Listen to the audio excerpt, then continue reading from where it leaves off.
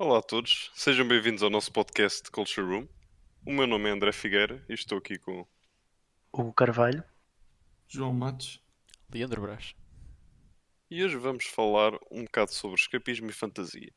E vamos abordar vários tipos de média de entretenimento e de como é que podem ser ligados a este tema, analisando assim cada obra. Espero que gostem.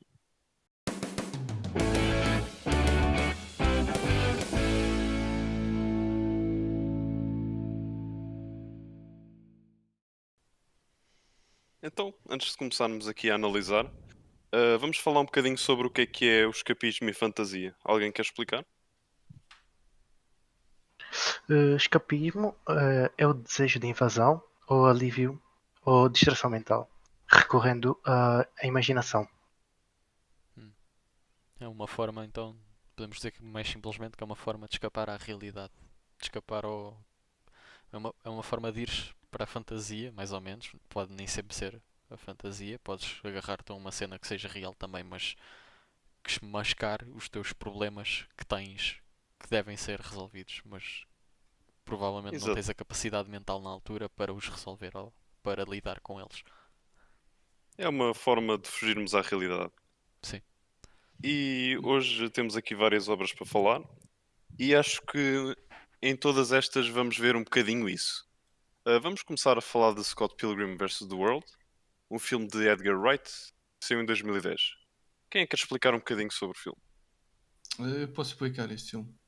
Este filme, Scott Pilgrim, é um filme onde o personagem principal é o Scott, que é basicamente um adulto, recém-adulto, digamos assim, que basicamente não faz nada da vida e tem uma banda.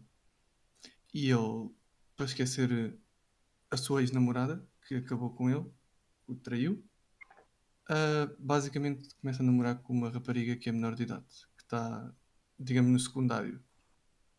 E pronto, ele namora com a rapariga, mais só para esquecer a sua ex-namorada. Ele não parece realmente gostar dela. Quando às tantas tem um sonho. E nesse sonho viu uma rapariga que fica doido por ela. E acontece que no dia a seguir ele encontra essa rapariga. Então basicamente o filme é basicamente ele atrás dela, a perseguir a rapariga, entre aspas, para a conhecer, falar com ela e começa a namorar com ela, ainda namorando com a outra, ou seja, é um palerma. E pronto, depois durante o filme ele foge um bocado à sua realidade do que é a realidade dele, de ser um falhado e isso tudo, sendo que a namorada, que é a rapariga dos seus sonhos, ah, tem ex-namorados que ele tem que lutar contra.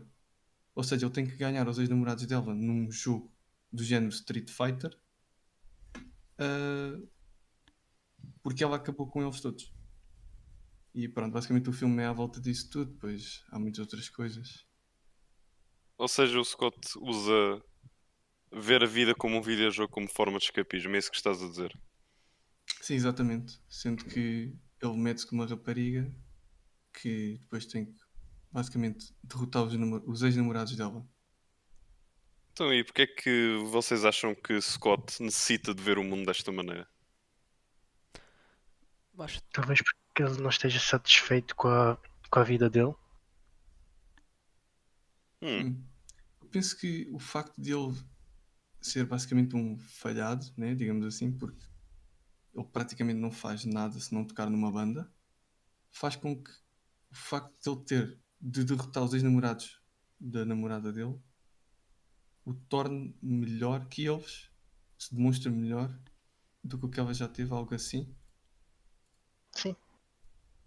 Para que a banda dele não é uma banda famosa, é Exato. uma banda de garagem. E também podemos olhar para o estado da vida dele, como ele vive em casa do colega e ele quer ir para fora de lá. exato, Tá sempre a naquele. dizer que ele tem que sair. O Scott neste filme não tem muito rumo. Sim, Eu acho que o facto dele ver a vida como um videojogo neste caso e ter de que derrotar os ex-namorados para ficar com Ramona é uma forma dele ter um objetivo na vida pela uma vez. Ter algo que fazer, algo por que lutar. O que é que vocês acham? Sim, Sim, isso do algo para ocultar é literalmente, não é? Porque ele basicamente foge à realidade como se estivesse num jogo de luta e tem que os derrotar. Tem que ser melhor que eles. exatamente. Uhum. E uma cena muito interessante no filme também, que é no final, na última luta, onde ele ganha uma vida e morre, mas dá respawn, que é um bocado, pronto, já é um bocado mais falar da fantasia do que o escapismo, né? Exato. Mas a segunda vez que ele vai lutar com o boss final, ele saca uma espada do peito e em vez da espada do peito, que ele saca do peito ser a espada do True Love, é a espada do Self-Respect.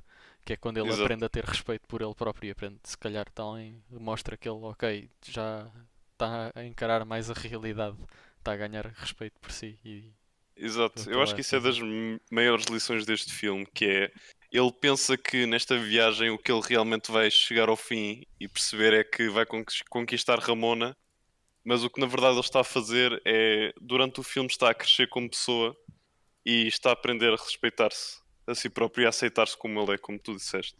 Sim. Bem, vamos então passar aqui para outra obra. Vamos falar sobre as Tartarugas Ninja. Este filme já é um filme antigo, é um filme de 1990. É um filme de Steve Barron.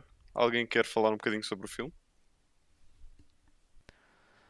Então o que é as Tartarugas Ninja?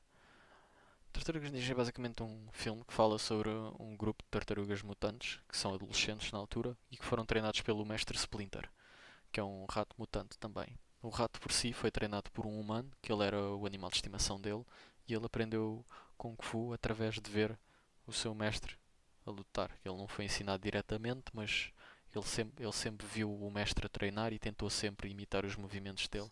E ele depois, ao ver as tartarugas num esgoto, a tentarem comer mais ou menos uma espécie de slime verde, que é o que fez com que eles ficassem mutantes, hum, adotou-os de certa maneira e ficaram a viver no esgoto e foi-lhes ensinando à medida que eles forem crescendo, foi-lhes ensinando também Kung Fu e como lutarem. O filme começa na parte em que eles já são adolescentes, né? E eles estão a sair à rua, a começar a sair à rua, a explorar o ambiente do mundo cá de cima, porque viveram a sua vida toda no esgoto e estão agora a começar a sair à rua e a resolver certos crimes. E vê-se no início do filme também que eles ficam bué contentes porque resolveram um crime e não sei o que, ajudaram aqui esta pessoa, ajudaram aquela pessoa. E este filme, depois, o plot principal do filme fala sobre o grupo que é a Claw? Não, De Foot. da Foot, é o Foot, Foot. não é a Claw, é o Foot, yeah, é o pé. Fala do The Foot, que é um grupo que anda a recrutar juventude mais ou menos delinquente, porque eu não acredito que seja muito o caso da juventude ser delinquente, mas andam a recrutar eles para roubarem e irem buscar cenas e estão a tentar montar uma espécie de império ali em Nova York. Em Nova York, é? Yeah. Sim, porque aliás, este filme, como eu tinha dito, saiu nos anos 90 e retrata muito bem um bocado a altura negra de Nova York, nestes anos 80, 90. Foi uma altura em que Nova York estava muito mal em termos de drogas, roubos. Aliás, este filme, quando saiu, também foi considerado bastante violento. Aliás, podemos ver que no fim do filme atiram-no para uma máquina de compressão de lixo, não é? Sim. Sim. E ele é triturado. Exato. Mas falando também um bocado sobre o escapismo, o que é que vocês acham que é a maneira de escapismo das tartarugas neste filme? Não estou muito relacionado com para o escapismo das tartarugas, mas acho que cada tartaruga tem um escapismo diferente em si. E acho que eles estão Sim. muito juntos, mas quando tu olhas para o Rafael, que é que tem a banda vermelha, ele tem uma raiva profunda e não colabora tão bem com os irmãos. E ao longo do filme isso vai mudando um bocado, mas não assim muito. E acho, acho que eles têm uma certa raiva por serem da maneira como são e por também terem que estar a viver às escondidas da humanidade e Hum, às escondidas do mundo em si.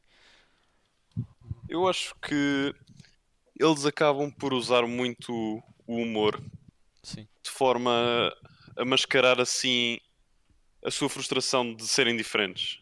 Porque não sendo humanos, não podem sair à rua e fazer uh, pronto, fazer coisas de humanos, digamos assim, como toda a gente, ir ao cinema, ir às compras.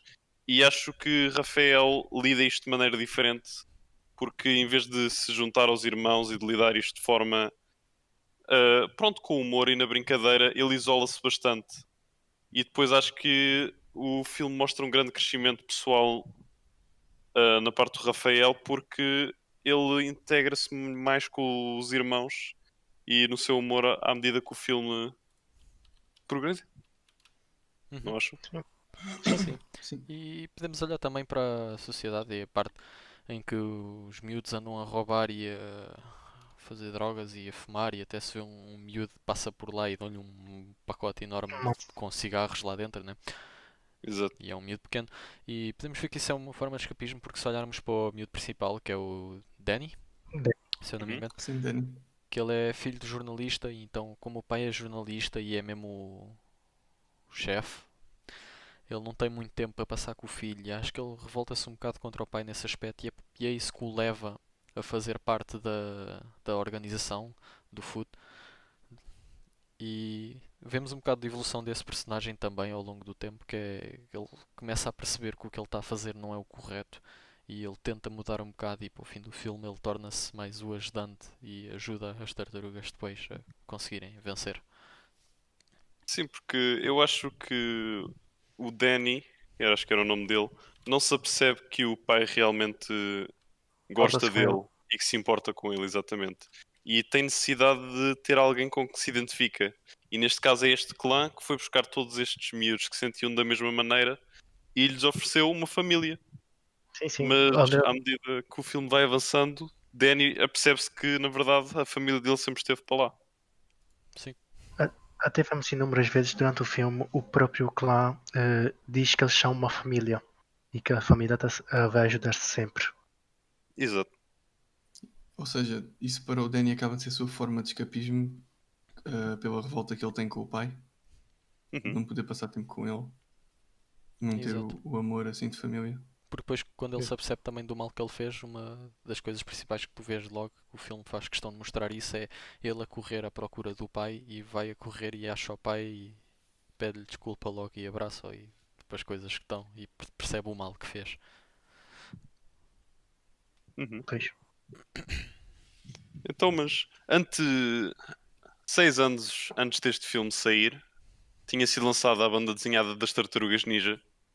E apesar de a história ser bastante parecida com o filme, há uma grande diferença da forma como é contada. O que é que vocês acham? Primeiro é a violência contida na banda desenhada. É muito mais violento que o filme. Uhum. Tem mais sangue e morte. Para além disso, a maneira que eles eliminam o bandido principal, o inimigo principal, é diferente do que no filme. Na banda desenhada, o inimigo é realmente assassinado, não é tirado para o caminhão de lixo. Sim. Eu acho que também há uma grande diferença que é nas bandas desenhadas eles seguem ah, cegamente o Splinter, ou seja, tudo o que o Splinter diz eles fazem, mesmo que isso seja homicídio, não acham? Sim, sim. Sim. Eu também achei que É- os personagens eram um bocadinho mais sombrios em relação ao Uhum. filme. No filme parecem mais humanos, tentam, pelo menos parecem questionar mais as decisões mais, aquelas decisões mais dark, as decisões mais um bocado obscuras que o Splinter faz e que os ordena e eles parecem questionarem mais e não ficarem muito confortáveis e muito à vontade, enquanto na banda desenhada isso não acontece tanto. Até Pois. porque acho que na banda desenhada, não sei se estou a dizer isto mal, mas na banda desenhada a intenção do Splinter é mesmo vingar-se, enquanto que no filme ele apercebe-se que o personagem que matou o mestre dele, o Shredder, afinal está Uhum. vivo e a partir daí é que ele quer vingança. Uhum. E vocês acham que o facto das tartarugas seguirem assim cegamente Splinter deve-se ao facto de como ele os acolheu, eles devem-lhes a vida, então assim acham que esta é a forma de eles retribuírem? De certa maneira, sim. Parece-me sim. Mas não, não só por aí também, mas porque também se calhar como ele tem-os desde bebés e desde que eles beberam um líquido, porque eles são mutantes, né? E as tartarugas Uhum. normais não têm inteligência ao nível que as tartarugas mutantes têm aqui nesta história, obviamente. E Sim. acho que é a mesma coisa que um bebé estar a ser educado por um mestre Kung Fu desde pequenino e desde pequenino e desde pequenino e vai seguir sempre esse mestre sem questionar. Muito provavelmente, o mais provável a acontecer é ele seguir.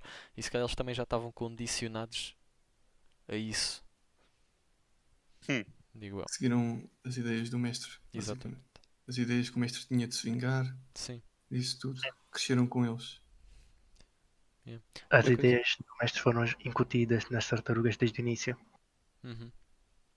Então, e qual é que acham que é a grande diferença da forma de escapismo das tartarugas do filme para a banda desenhada?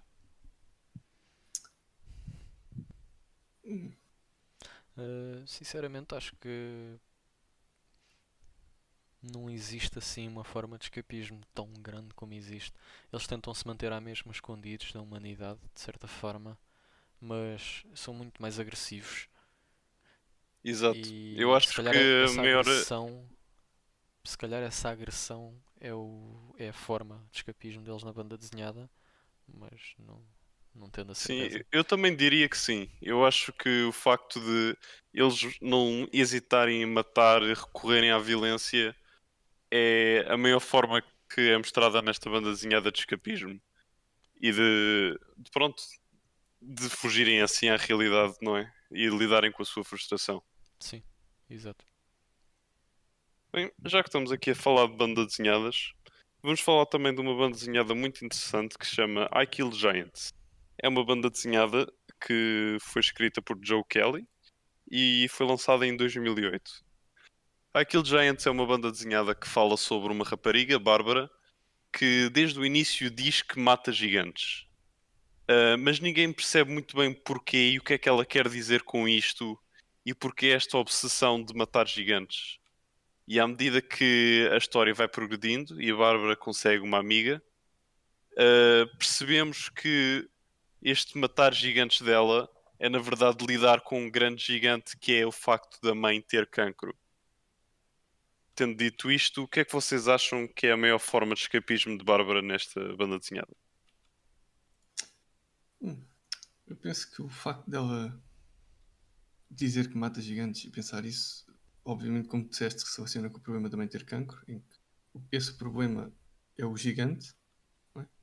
Uhum. E ela, com a sua imaginação, cria vários tipos de gigantes, titãs, e depois diz quando as pessoas perguntam, falam, ela fala às pessoas como se ela matasse os gigantes. Ela até tem uma própria mala que fez a dizer que era de matar gigantes Que é a e arma de matar os gigantes. a arma de Uhum. matá-los, exato. Então, e uma coisa que nós vemos muito durante esta banda desenhada é que Bárbara está completamente focada em matar gigantes e não deixa que ninguém a compreenda ou ajuda. Vocês acham que isso é um problema que existe agora? Que crianças e adolescentes se fechem de tal forma no seu mundo e tão fechados com o escapismo por causa da sua realidades difíceis que não conseguem pedir ajuda ou fazer com que alguém os ajude? Sim, há Uhum. E várias crianças que ficam fechadas no próprio quarto a jogar videojogos. E estas não gostam do mundo lá fora por diversas razões. Talvez porque os pais não se dão bem ou porque têm outros problemas. uhum. Uhum.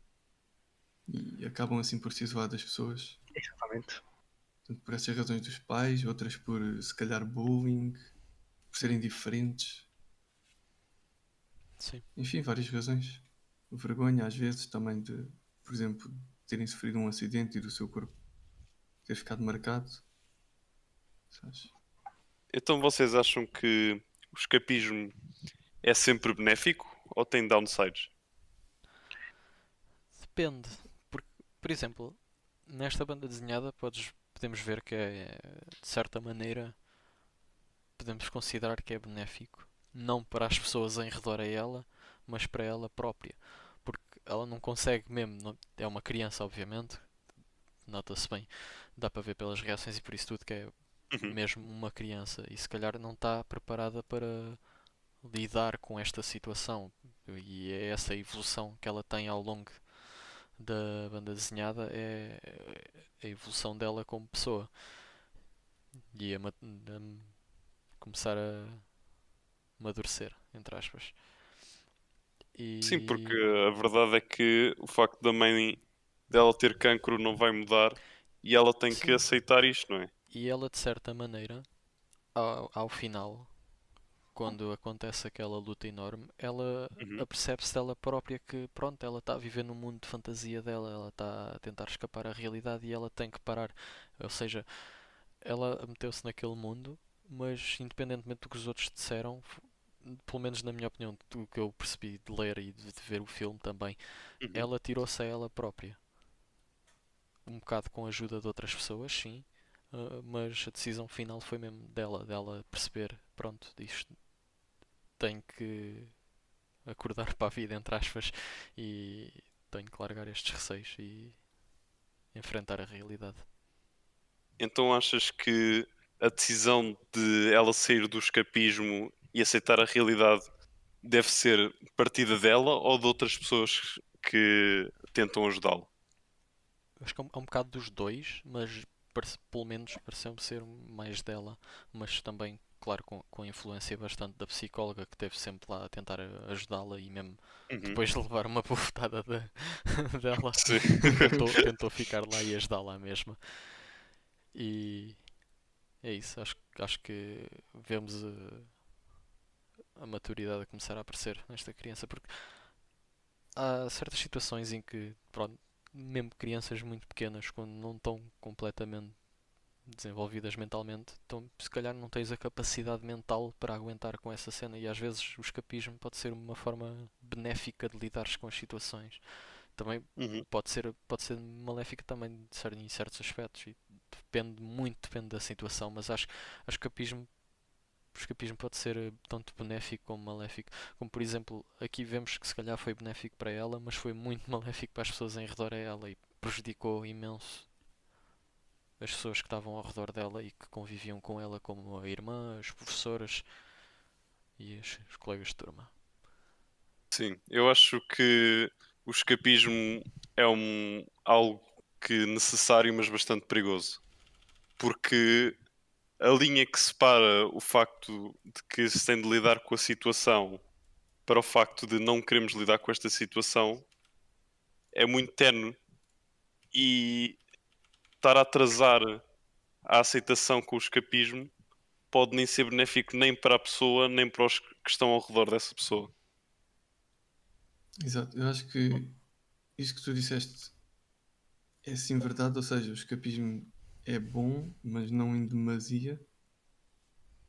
Será se calhar isso, porque obviamente que se for em demasia, quando chega a altura de enfrentar o problema, a realidade, se calhar é um choque muito maior do que se tivesse enfrentado desde o início. Uhum.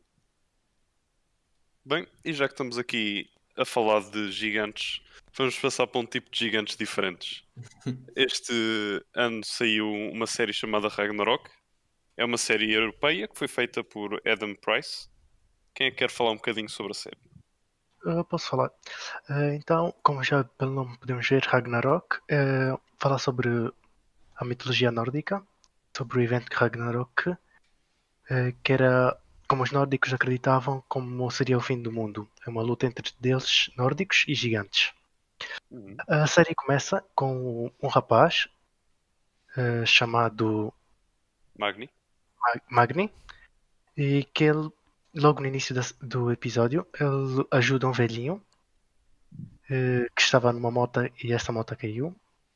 E no entanto, ao ajudar o velhinho, aparece outra senhora que toca-lhe na testa e aparentemente ativa os poderes dele. No entanto, ao percorrer da série, Magn vai descobrindo que ele tem super força, velocidade sobre-humana e consegue ver melhor. Na série ele também encontra uma rapariga, uma amiga, que acaba por o reconhecer, porque o resto da escola não ignorava-o, simplesmente. Até o próprio irmão ignorava-o. E essa amiga acaba por ter assassinada. Portanto, o percorrer da série é ele tentar eh, provar à polícia que a rapariga não foi, que a rapariga foi assassinada e não foi um acidente. Hum. Então achas que basicamente Magni se refugia no facto de querer descobrir o que é que realmente aconteceu à amiga dele e isto está apenas a atrasar o facto de ter de que aceitar que a amiga morreu?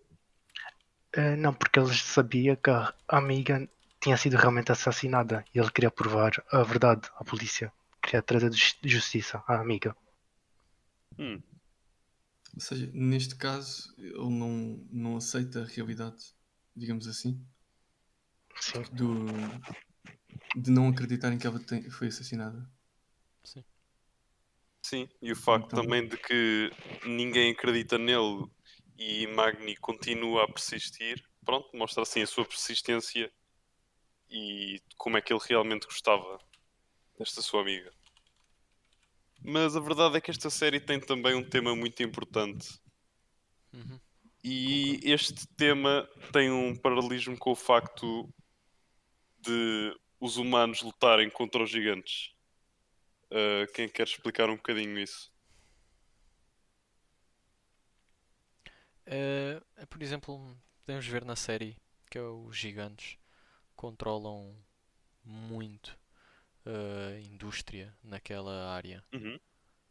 E o que podemos ver é que o que eles estão a fazer e a corporação deles, que é, se eu não me engano, é uma central nuclear, acho eu.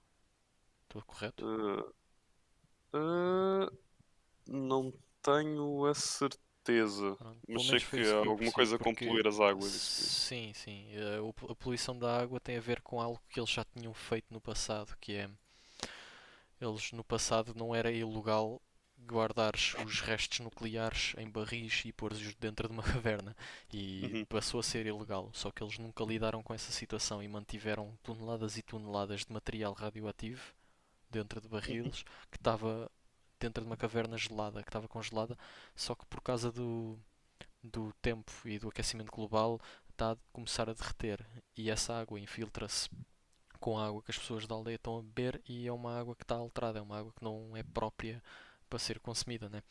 E é aí daí que vem um bocado a premissa da série, acho que é uma luta do homem contra o ambiente, um bocado. Ou seja, é uma espécie de aviso de que temos que fazer alguma coisa sobre isto, tipo, o planeta não vai aguentar que se a gente continuar Exato. neste caminho. E os gigantes é tipo, talvez as gigantes petrolíficas que Uhum. continuam a escavar e a escavar e a escavar e a queimar e a queimar e a queimar. E ele é um bocado mais abaixo do réu. Isso que é um bocado mais humano. Portanto, uma ligação a ele, porque ele recebe estes poderes, mas ele é muito humano. Ele sente e observa os sentimentos dele e o que ele pensa e a maneira como ele age. É muito humana e acho que é um bocado reflete um bocado a luta humana contra isto, contra o aquecimento global e contra Sim, o estado porque do planeta. a verdade é que estes grandes gigantes são controlados por pessoas que a forma como eles pensam é eu quero dinheiro e mesmo que aconteça alguma coisa ao mundo, eu provavelmente já não estou cá para isso e o problema é dos outros. Sim, E, Exatamente. ou seja, somos nós, os mais novos, que temos de lidar com esta situação. E eu acho que também é por isso que as personagens principais na série são mais novas e também é uma forma que eles têm de mostrar esta luta da juventude contra o ambiente e contra os gigantes. Bem, e já que estamos aqui a falar de ambiente, vamos falar de outro filme. Este filme é um bocadinho diferente, chama-se Nausicaa of the Valley of the Wind. É um filme que, peço desculpa se vou dizer mal o nome do diretor, Hayao Miyazaki.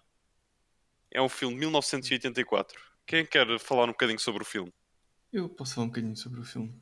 Então, este filme basicamente é sobre uma rapariga, Náusica, que é ainda bastante jovem, que é a princesa. Ah, e basicamente o filme, corrijam-me se eu estiver errado, é basicamente a Náusica que consegue comunicar com os insetos gigantes existentes naquele mundo, Hum. que não vivem com os humanos, ou seja, eles vivem separados porque os humanos acreditam, excepto a Náusica, que os humanos e os insetos não conseguem viver juntos no mesmo sítio, porque os insetos são maus. E basicamente o filme desenvolve que é a Náusica basicamente a explorar o Uhum. resto do mundo, né? Ah, de forma a encontrar assim os insetos, a conviver com os insetos e a querer provar aos outros que eles são bons. No entanto, os insetos acabam por atacar o sítio, a terra dela, por causa de outras ah, pessoas de outras terras que foram lá e basicamente manipularam isso tudo para chamar uns gigantes guerreiros também, que basicamente iam matar os insetos para se livrar dessa peste, digamos assim, que são os insetos. E o filme desenvolve e chega-se à conclusão que os insetos não são maus, mas sim os humanos é que foram maus para eles, e por isso é que eles ficam cegos e com raiva dos humanos e querem devastar tudo o que vem à frente, que é dos humanos e as terras. Uhum. Não sei se alguém quer complementar alguma coisa ou Sim, sim, sim. corrigir. Mas o que esqueces de referir é que na área dos insetos a terra é considerada tóxica e o humano normal não iria conseguir sobreviver mais de 5 minutos dentro de umas florestas, por exemplo. E uma cena que a Náusica descobre é que a verdade é que essas florestas e as árvores não são tóxicas, não são os esporos em si que são tóxicos. O problema foi o que os humanos fizeram ao planeta é que tornou aquilo tóxico e a floresta em si está na realidade a filtrar o ar e a filtrar as coisas de maneira a limpar a terra. E isso está a criar grutas debaixo da terra, que se encontra mais tarde no filme, de ar e água pura e que se pode beber e onde pode estar. E ela encontra e ela mostra isso a um rapaz e o rapaz fica amigo dela e ajuda mais tarde também. Então qual é que acham que é a mensagem do filme? Com isso tudo que acabaram de dizer. Uh, Sim, eu penso que uma parte da mensagem é. Não é bem nem tudo é o que parece. Basicamente, os humanos é que fazem mal aos insetos e por isso é que eles se tornam maus contra os Uhum. humanos. Mas acho que uma parte da mensagem do filme é. Nem todos são maus. Se calhar houve uma razão para serem assim. Algo deste género. Não sei se estou a explicar bem. Eu acho que uma Uh, grande mensagem deste filme é o facto que mostram que a natureza acaba sempre por persistir e que o que os humanos estão a fazer acaba sempre por ser pior para eles do que para a natureza em si. Ou seja, aquela floresta eh, está assim por causa dos humanos e isso teve um grande impacto nas vidas de todos aqueles humanos e sociedades que viviam ali. E ao tentarem lidar com aquilo, eles estão a fazer outra vez pior para eles, pois os bichos estão outra vez a devorar cidades e a virar-se todos contra os humanos. Sim, até E a porque, verdade é que vemos que a floresta continua a persistir, apesar de tudo isto. sim, porque a verdade é que os insetos, a única razão o que os insetos querem realmente é só proteger as florestas. E se os humanos não tentassem incendiar as florestas e cenas do género, os insetos iam estar quietos e não lhes iam ligar muito. É o que se vê a Náusica a fazer, que é dizer nós não estamos aqui por mal, podes ir embora, não sei o quê, para acalmar Uhum. e pronto. Então, como é Yeah. que acham que houve alguma maneira que Náusica teve de escapismo neste filme? Uh, Há uma certa área no filme, porque ela sempre foi muito boa para os insetos, né? Uhum. E há uma certa área no filme em que os tropas vêm e matam o pai dela e ela passa-se completamente, né? Obviamente, como qualquer pessoa Exato. naquela situação, e acho que mata para aí uns 4 ou 5 soldados de seguida. E depois, quando aquela cena acalma mais um bocado, ela vai chorar para o pé do tio. Eu não sei se ele é tio. Pelo menos Era o mestre. foi o mestre Sim, não dela. sei se é tio, se é um Foi amigo. mais ou menos o que me deu a entender. Mas sim, vai chorar para o pé dela e diz que tipo que não consegue mais sair, ela que tem que sair dali porque não consegue mais, porque não sabe o que é que vai fazer com a raiva que tem dentro dela e ela não quer matar. Ela está ali está a chorar à frente dele porque ela tem medo que vá matar mais alguém porque ela não quer matar e ela não quer fazer Uhum. mal a ninguém, obviamente. E acho que uma forma de escapismo é o foco enorme que ela a partir daí dá aos insetos e dá à vida dos insetos e à floresta, porque acho que é uma forma dela escapar à morte do pai também, porque não vemos muito dela ah, mornar. Não é mornar. Sim, estou-te a perceber. Não sei. Esqueci-me da palavra em português. Pois, pronto, não vemos muito dela ficar chateada pela Luto. morte do pai, o luto. Não vemos muito o luto dela pelo pai sem ser logo de imediato. E passado isso, não vemos muito mais durante a série, não vemos ela a ter memórias e do pai e disso. E acho que isso está a referenciar para um certo escapismo, porque ela não está a pensar bem na morte do pai, ela está a focar-se naquilo que está a acontecer no momento e a tentar escapar um pouco do que realmente aconteceu, que foi o pai dela morreu. Sim, porque nem vemos um momento concreto de aceitação da morte do pai. Sim, exatamente. Ok, vamos então passar aqui para a próxima obra que íamos falar. Vamos falar um bocadinho de Cherry 2000. É um filme de Steve DeJarnette, saiu em 1987. Quem é que quer falar um bocadinho sobre o filme? Eu posso falar sobre o filme. Então, o filme passa-se durante o ano de 2017, sobre o personagem principal chamado Sam. E este personagem tem uma boneca humanoide que Uhum. serve como sua mulher e faz tudo o que ele quer.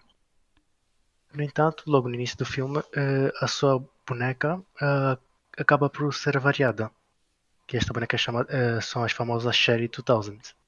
Uhum. No entanto, ele tenta consertar a boneca e não consegue porque essas bonecas deixaram de ser fabricadas e só existem numa determinada área, que é a área 7, que é uma área bastante perigosa.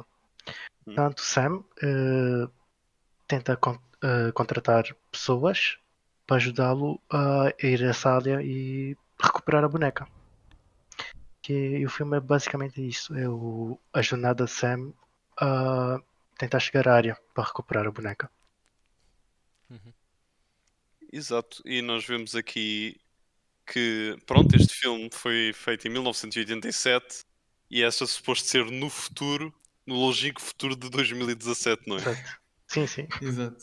E quando eles fizeram, eles mostram no filme que as pessoas deixaram de socializar tanto e então tiveram de ser criados estes bonecos para de forma às pessoas terem contacto. Sim. Então, vocês acham que o facto de, pronto, neste caso temos o nosso personagem principal, qual é que era o nome dele? Já me Sam. esqueci. Sam Sam, o Trevor. Sam, não é? Exato, Sam. Sim. Acham que personagens como o Sam que vivem esta vida falsa, digamos assim, com um robô, é uma forma de escapar à realidade? Sim, porque o, el- o anterior casamento dele não tinha corrido bem. Que ele e a mulher, a ex-mulher, Uhum. não davam-se bem e ele por isso escapou-se a essa boneca, Sherry 2000, para tentar substituir a mulher. Sim. Eu acho que o facto de ele ter uma mulher que, pronto, é um robô, não é? Ah, acho que é uma forma de fantasiar, basicamente, sim, um verdadeiro amor. O Fantasiar perfeito. sobre isso. Uhum. Perfeito, exato, porque Exato. pronto, é uma robô, nunca vai dizer não, nunca vai arranjar confusão, nunca vai chatear, vai sempre ser Dizer que sim. perfeita. Porque uma questão dessa boneca também, por isso é que era tão rara, é que ela tinha ele levava um próprio CDzinho que Sam tinha, que estava programada basicamente para ele. Por isso é que a jornada do filme é ele atrás de outra boneca. E acho que isso é a forma de escapismo dele Uhum. para fugir ao mundo real, porque como não resultou com a ex-mulher, ele não acredita bem no amor e como a robô vai ser perfeita, é uma forma de ele não ter que lidar com pessoas. Até porque naquela altura o romance praticamente já não existia. As pessoas basicamente faziam contratos, homens com mulheres, pagavam e tudo por um jantar, sexo, até faziam acordos e tudo. Era muito estranho. Sim. Mas também no final do filme vemos uma coisa bastante interessante que é Sam começa a resolver, começa a arranjar uma relação com supostamente a pessoa que ele tinha contratado para arranjar este robô. E ele no final do fim, uau, no final do filme, ah, acaba por escolher essa rapariga verdadeira, digamos assim, em vez da Cherry. Porquê é que vocês acham que ele fez esta escolha? Porque ele acabou por se apaixonar por essa mulher. Eh, Digamos que ele voltou a encontrar o amor. Hum, E não só, acho que ele também apercebe-se que ele tem estado no seu mundo de fantasia um bocado com o robô, porque acho que ele apercebe-se, oh, isto é um robô, isto ama-me porque pronto, foi programado sim, para mamar. E Tenho de não, amar. não há sentimentos verdadeiros aqui, apesar de por mais real que o robô pareça. Tanto que ele larga do avião e manda a ir buscar uma Pepsi e depois, A e depois famosa Pepsi. leva o Nunca avião chegou. para conseguir salvar a pessoa de quem ele realmente gosta e de quem ele realmente quer sim. ter na Ele vida dele. acaba por perceber que, Ao espera, longo isto é do um filme, robô. ao longo do Sim. filme foi percebendo que essa personagem, qual é que era o nome? De quem? Tinhas a Da É a Cherry, que Trekker. era o robô. A A Trekker. Tracker era a E. Johnson. A Johnson. Yeah.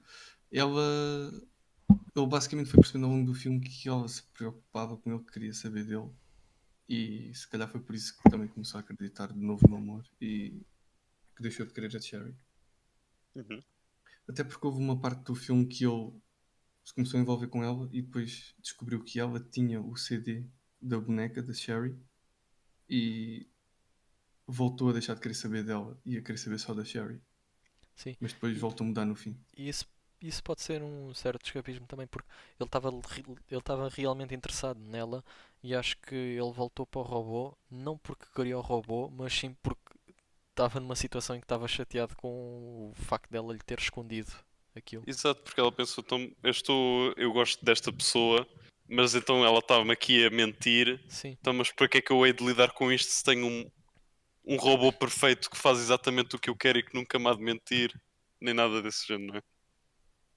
Exato. Sim, Bem, mas já que estamos aqui a falar de futuros e de séries e filmes que se passam em futuros utópicos, podemos falar aqui um bocadinho sobre o Space Battleship Yamato 2199. Quem é que quer explicar um bocadinho a série? posso ser eu. Space Battleship Yamato 2199 foi uma série, foi um anime que eu por acaso gostei imenso e eu vi a versão de 2012 que foi Uhum. que o professor nos disse O para ver. remaster. Sim, sim, e até estou com ideias de ir se calhar ver a série antiga mesmo, que é uma série original de 1960 e qualquer coisa, se eu não me engano, certo? 68 talvez. Uh, acho que sim. Pronto. E isto passa-se num futuro distópico em que os humanos encontraram vida alienígena ao navegar pela galáxia e tiveram o primeiro contacto em Pluto. E passou-se alguma coisa que não se percebe muito bem. Os humanos ao início vão dizer que foram os aliens que atacaram primeiro, enquanto que o primeiro contacto que eles têm, que a primeira vez que eles vão falar com um alien realmente, eles é que dizem que não foram os humanos que atacaram primeiro. Uhum. E pronto, acontece uma guerra e os aliens lançam planet bombs que vão destruir a Terra e os humanos são obrigados a construir cidades subterrâneas e a criar navios de guerra que vão ser naves espaciais. E acho que esta parte dos navios vem também da época em que o anime foi criado, né? Em que a marinha era muito mais forte do que o que não tínhamos não tínhamos muita ideia do que é que ia ser quando fôssemos para o espaço. Então acho que a imagem de um navio como sendo uma nave espacial é uma coisa muito forte e muito ligada à humanidade em si e à história que nós Sim. temos de navegar o mundo e isso. E basicamente eles recebem uma mensagem que vem de Iskandar, que são de uns aliens que são amigos e que tentam os ajudar e que dão-lhes uma Wave Motion Drive que lhes permite fazer warp jumps. E eles vão utilizar isso para irem ter com os aliens até o planeta deles, que é Iskandar, Uhum. para eles conseguirem fornecer-lhes um- uma ferramenta que lhes vai permitir reverter todos os efeitos das Planet Bombs à Terra, permitindo eles conseguirem recuperar a Terra, porque a Terra no estado em que está a nascer plantas alienígenas que estão a largar uma espécie de pólen que está a danificar o ar e não está a permitir os humanos conseguirem respirar muito bem acima da Terra, daí eles terem as cidades subterrâneas. E a história basicamente vai ser isso. E é uma história muito interessante porque fala de vários pontos. Temos várias raças alienígenas de vários planetas e vários sistemas solares e várias galáxias mesmo diferentes até. Uhum. E há uma coisa muito interessante nesta série que é não tens o bom e o mau. À medida que a série se vai desenvolvendo, ao início parece que ok, os humanos são os bons, os aliens são os maus, vamos a fundo. Mas não é isso que acontece. À medida que vai-se acontecer, tu tens uma perspectiva dos dois lados, do que se passa dos dois lados e começa a haver uma área mais acinzentada, não é tanto preto e branco, bom e mau. E começas a ver há percas dos dois lados e há motivos para os dois lados quererem brigar ou quererem Uhum. estar na guerra.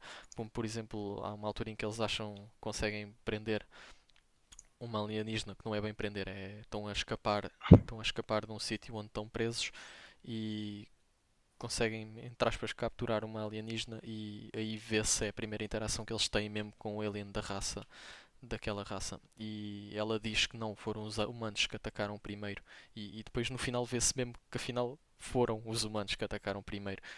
E independentemente disso, ia haver guerra à mesma por outras razões exteriores. Também não vou Exato. explicar a série inteira aqui, né? Mas ia haver a mesma guerra por outras razões exteriores. Mas depois vê-se que não só os outros são maus, mas também os humanos têm partes más. E acho que isso cria uma amizade psicológica para os dois lados da história.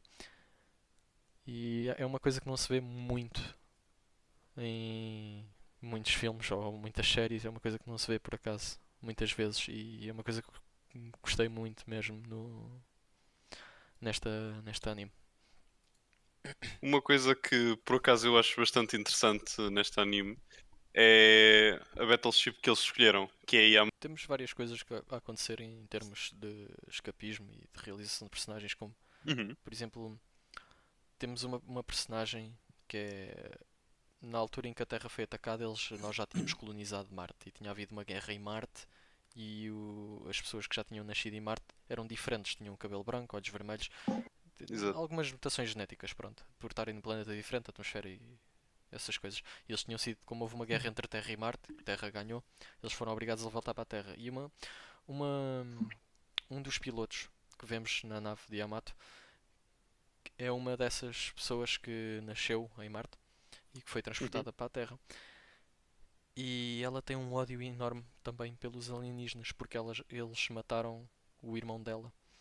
E um progresso que vamos ver, e ela usa esse ódio também como forma de escapar à realidade que o irmão está morto e ela não vai recuperar, obviamente, né? Sim. Que é uma forma natural de escapismo. E vamos ver uma certa evolução dessa personagem ao longo da série, que é porque ela é a primeira a falar com a alienígena que eles capturam, entre aspas, Uhum.